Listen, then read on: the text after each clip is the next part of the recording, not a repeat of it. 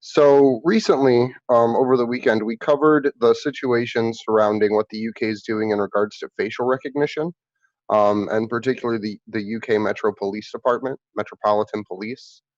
Um, and then this right here, it's just a brief snippet that kind of goes into what's actually been happening because the UK government's rolled out a lot of artificial intelligence programs without public knowledge. And this kind of just drives into the total lack of transparency that the UK government has in relation to disclosing the use of AI against its citizens. And in particular, how it's just a gross violation of human rights, of privacy, literally a violation of almost every civil liberty you can imagine, to the point that these systems have the ability to identify someone as they're just walking down the road and then send them a ticket. And then 60% of the time, to 80 or even 90% of the time in some cases, those recognition systems are completely wrong.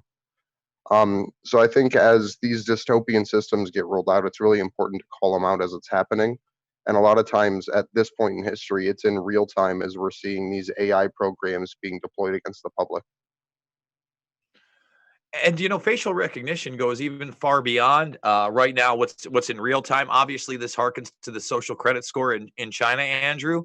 But there was a story this week where offline photos are also available to a lot of these facial recognition programs that were once put up and kind of scraped from the internet, but available in these large archives, letting you know that this track trace database system has been basically built upon for some time and is now being initiated. Yeah, and it's all by intimate design here too. We saw just on, I believe it was January 24th, the UK launched their facial recognition system. That's literally 1 month ahead of schedule before Julian Assange gets put on trial, when there's tons of protesters gathering and getting in the streets for that event. So all of this is coordinated to get people into that track trace database society. So eventually, when the time comes, they can just kick the doors in and drag us out of our own homes. I mean, you look at Wuhan, China, and the thing that scares me the most is that that is actually happening, and that they have actually quarantined over 50 million people.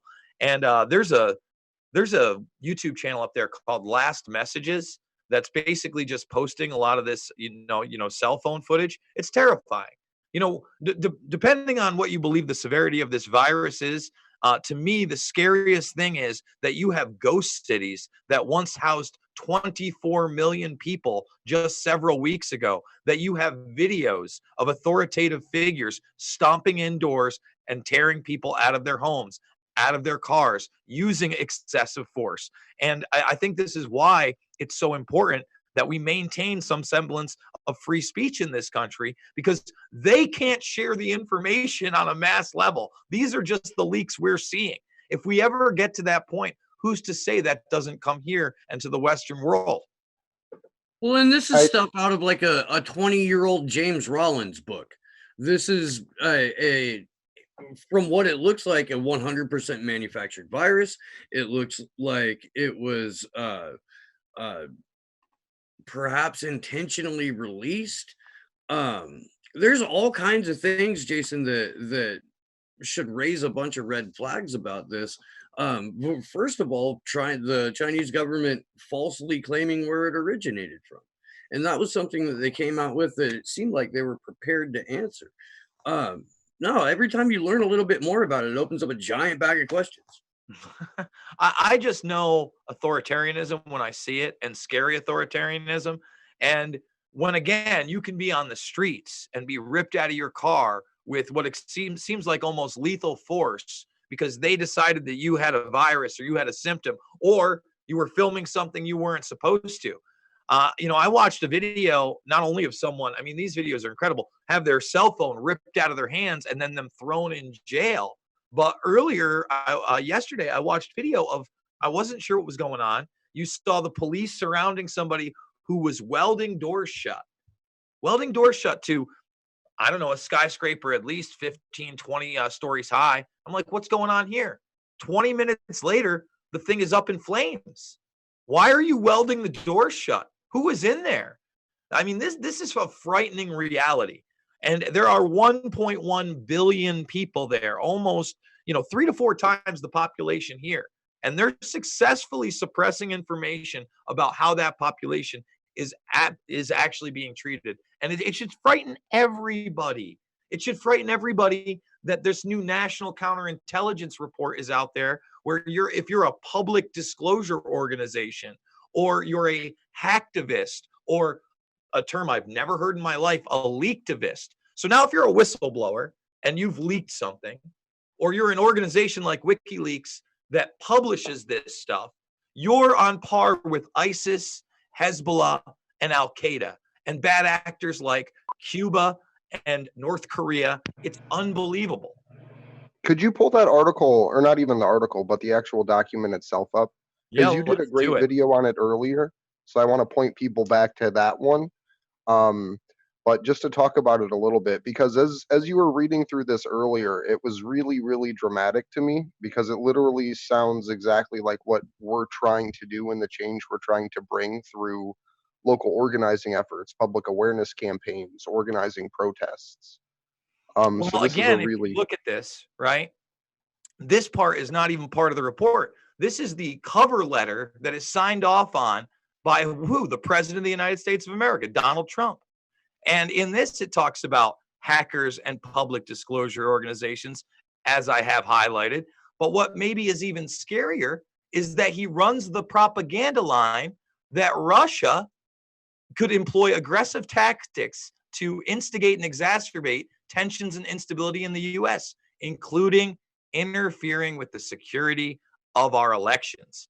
And again, that's signed by the President of the United States, the guy that loved the WikiLeaks, couldn't get enough of the WikiLeaks. When you get to the first page of the actual report, let's go down one more. Here's the contents, but the first page, in the same sentence, they are equating, again, Cuba, Iran, North Korea, Hezbollah, ISIS, and Al Qaeda with hacktivists, leaktivists, and public disclosure organizations. And now we're not talking about, things that are unconstitutional. They're talking about what? The interests of the United States, which to me is a wide variety of things, Andrew, and very, very subject to interpretation. We actually had Patrick Kensington on week and a half ago, 2 weeks ago, and we actually went in really in depth talking about the actual wording and the use of the term national interest, because up until this point they were using the term national security, which is broadly accepted by people, meaning we're not going to be attacked by X, Y, and Z organization. But in this last few months, we've seen a literal wording shift from national security to national interest, which, if you look into it, literally just says what is in the financial interest of the United States. And when you boil it down and look at it in that direction, they're literally saying, what is the predetermined policy of the United States to ensure that our political elite can make the most money possible?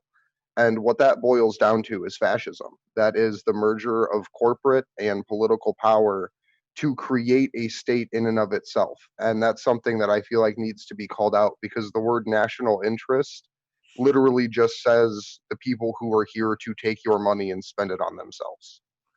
Killer, brother. I mean, you're absolutely right. And we've had that for some time. I mean, if you read Confessions of an Economic Hitman, you understand that these are the types of things that we've been employing over the decades. But now they're going full throttle. They have not only cut the throat of free speech, but they're preparing to bring it overseas for everybody to see and make a show trial like no other.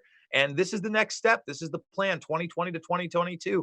Cyber activists, hacktivists, leaktivists, public disclosure organizations, they are the new terrorists. That's what Julian Assange's case is going to hinge around, as far as the State Department is concerned. That Julian Assange is a cyber terrorist. They're going to do everything they possibly can to get it away from, does a publisher have the right, as has been determined by Judge Kettle in the DNC lawsuit, a number of other cases, does a publisher have a right to print information the government doesn't like? Fuck yes, they do. But the State Department would rather, as you said, put on a show trial, which is, by the way, the biggest press freedom trial in our lifetimes, probably anybody watching right now, your entire lifetime, this is the biggest press freedom trial, and we are not hearing enough about it. Slowly, there are journalists that are more mainstream talking about it, but it's a whisper in a storm.